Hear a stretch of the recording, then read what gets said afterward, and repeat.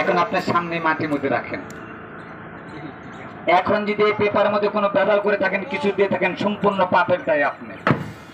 তাহলে খেলার দিকে লক্ষ্য করেন। লতা ভাই বিসমিল্লাহ করে দেন, এক চিমটি মাটি তুলেন তো, এক চিমটি মাটি তুলেন, আপনি যেখান থেকে মন চায়। তাহলে কি তুলেছেন?